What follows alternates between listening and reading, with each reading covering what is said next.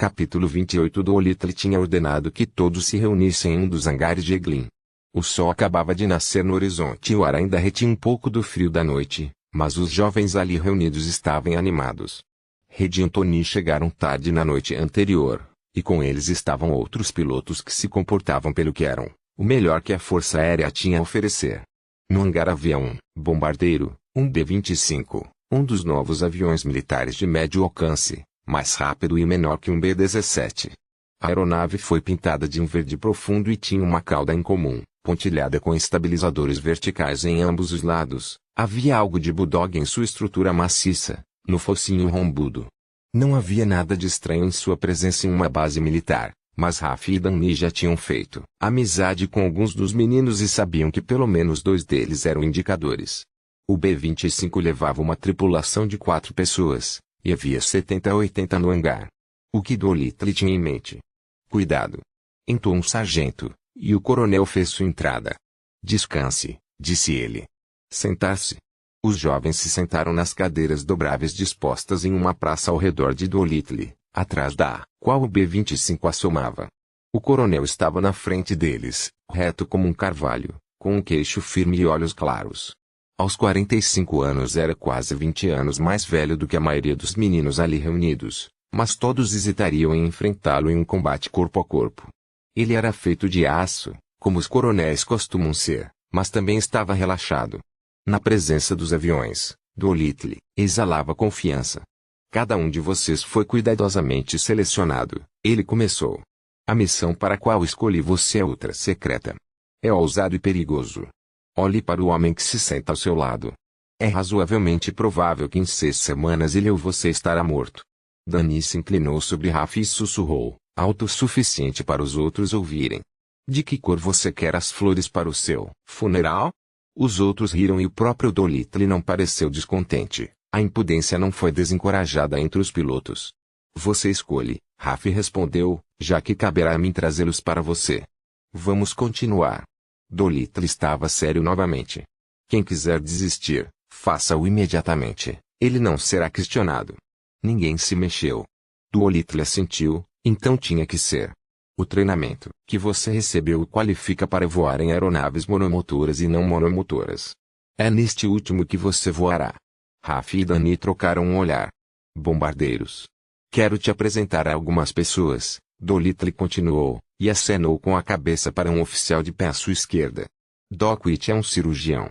Ele se ofereceu para ser treinado no uso da artilharia para poder participar da missão, já que não podemos arcar com o fardo de um homem a mais. Outro olhar passou entre Raf e Danny. Uma missão de longa distância. É Ross Groening, Dolittle retomou, nosso oficial de artilharia que supervisionará seu equipamento e treinamento de baixa altitude. Baixa altitude? Que tipo de missão foi essa? Dolittle acenou com a cabeça para Groening e ele por sua vez acenou para os pilotos. O coronel estava quase pronto. Pela última vez, quero reiterar o fato de que esta é uma missão ultra secreta, concluiu. Você não terá que contar a ninguém sobre isso e terá que fazer exatamente o que for dito. Solicitações de... Quem será o primeiro, coronel? Raf perguntou.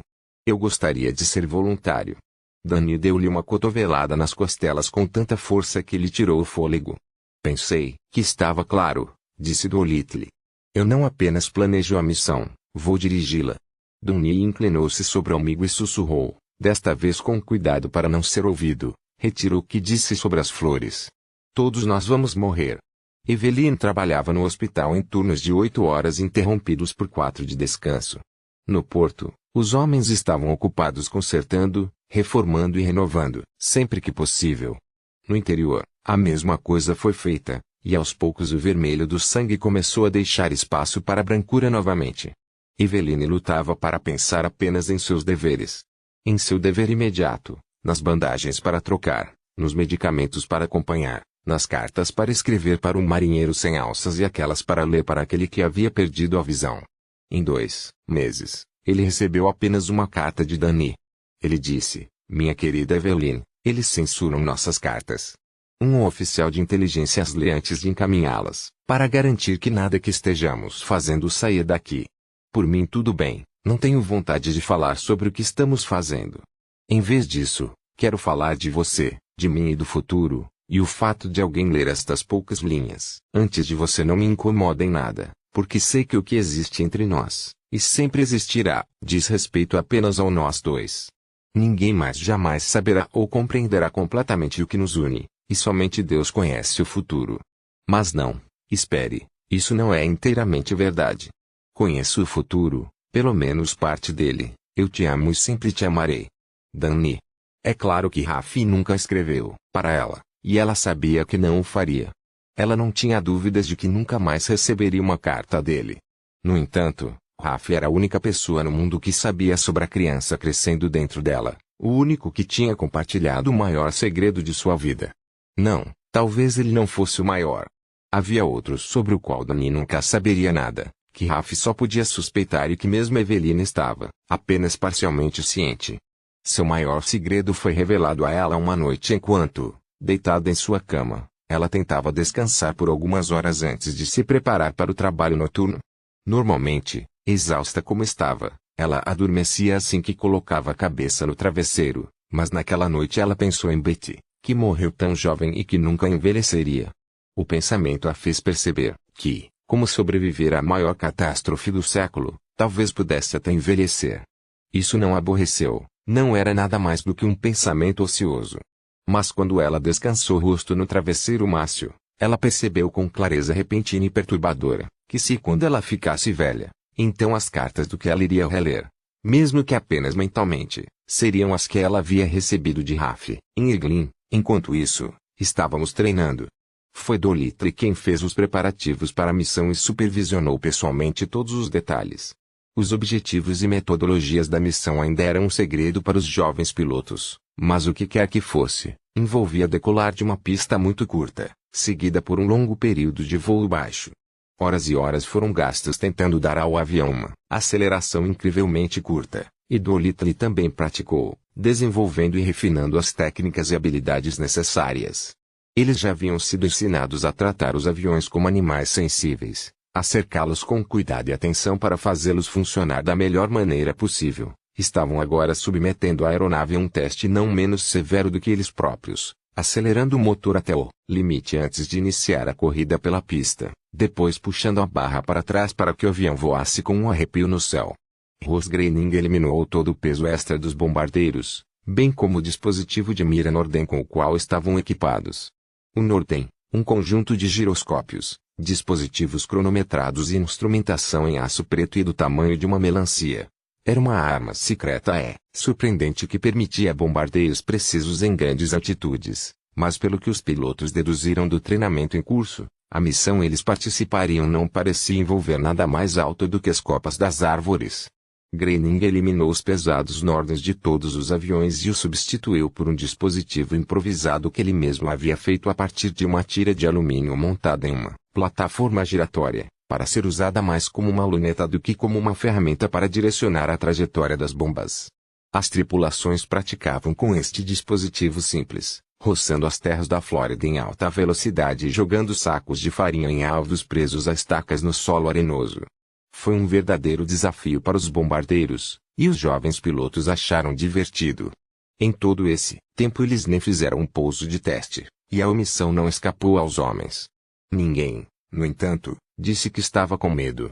Eles respeitavam Dolittle pelo que ele havia conquistado e porque ele treinou com eles, e admiravam as habilidades que ele demonstrava. Quase todo mundo confiava nele. Eles sabiam que ele os lideraria em uma missão perigosa, mas ele não faria isso sem um plano para trazê-los de volta vivos. Se havia uma coisa que poderia ser dita sobre Jimmy Dolittle, era isso. Os dias passaram lentamente para Dani. Cada hora passada longe de Evelina era uma hora em que ele se sentia longe de tudo que lhe dava identidade e significado. Ela adorava voar como sempre, mas as paixões de sua vida anterior eram vazias sem ela. A escrita, por outro lado, ganhara um novo sentido, pois, embora não pudesse compor ou enviar cartas, podia dedicar-lhe poesia. Algumas ele rabiscou em um pedaço de papel durante os poucos momentos de solidão que pôde encontrar, mas guardou uma boa parte em seu coração, onde permanecia o conhecimento de que ele amava alguém mais do que a si mesmo. Por sua vez, Rafi perdeu noção do tempo.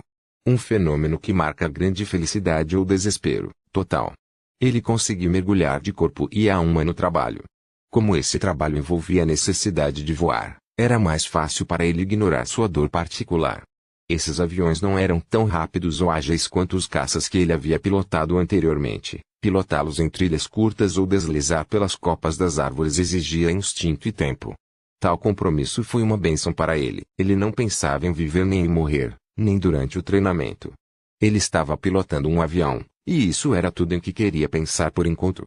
Mas ao amanhecer, quando os primeiros raios do sol iluminavam o horizonte, ou ao pôr do sol, quando o azul do céu se tornava mais intenso e as bordas das nuvens se tingiam de laranja ou rosa, ele não conseguia deixar de pensar em Evelyn, não tanto sobre onde ela estava ou o que estava fazendo, porque Raf sabia que a realidade física de sua vida não o preocupava mais. Pensava, antes, na sensação de plenitude que sentira quando ainda tinha a esperança de que um dia seus corpos se unissem como seus espíritos já haviam feito, e não pôde deixar de sofrer intensamente de um vazio que agora ele desespero de ser capaz de preencher.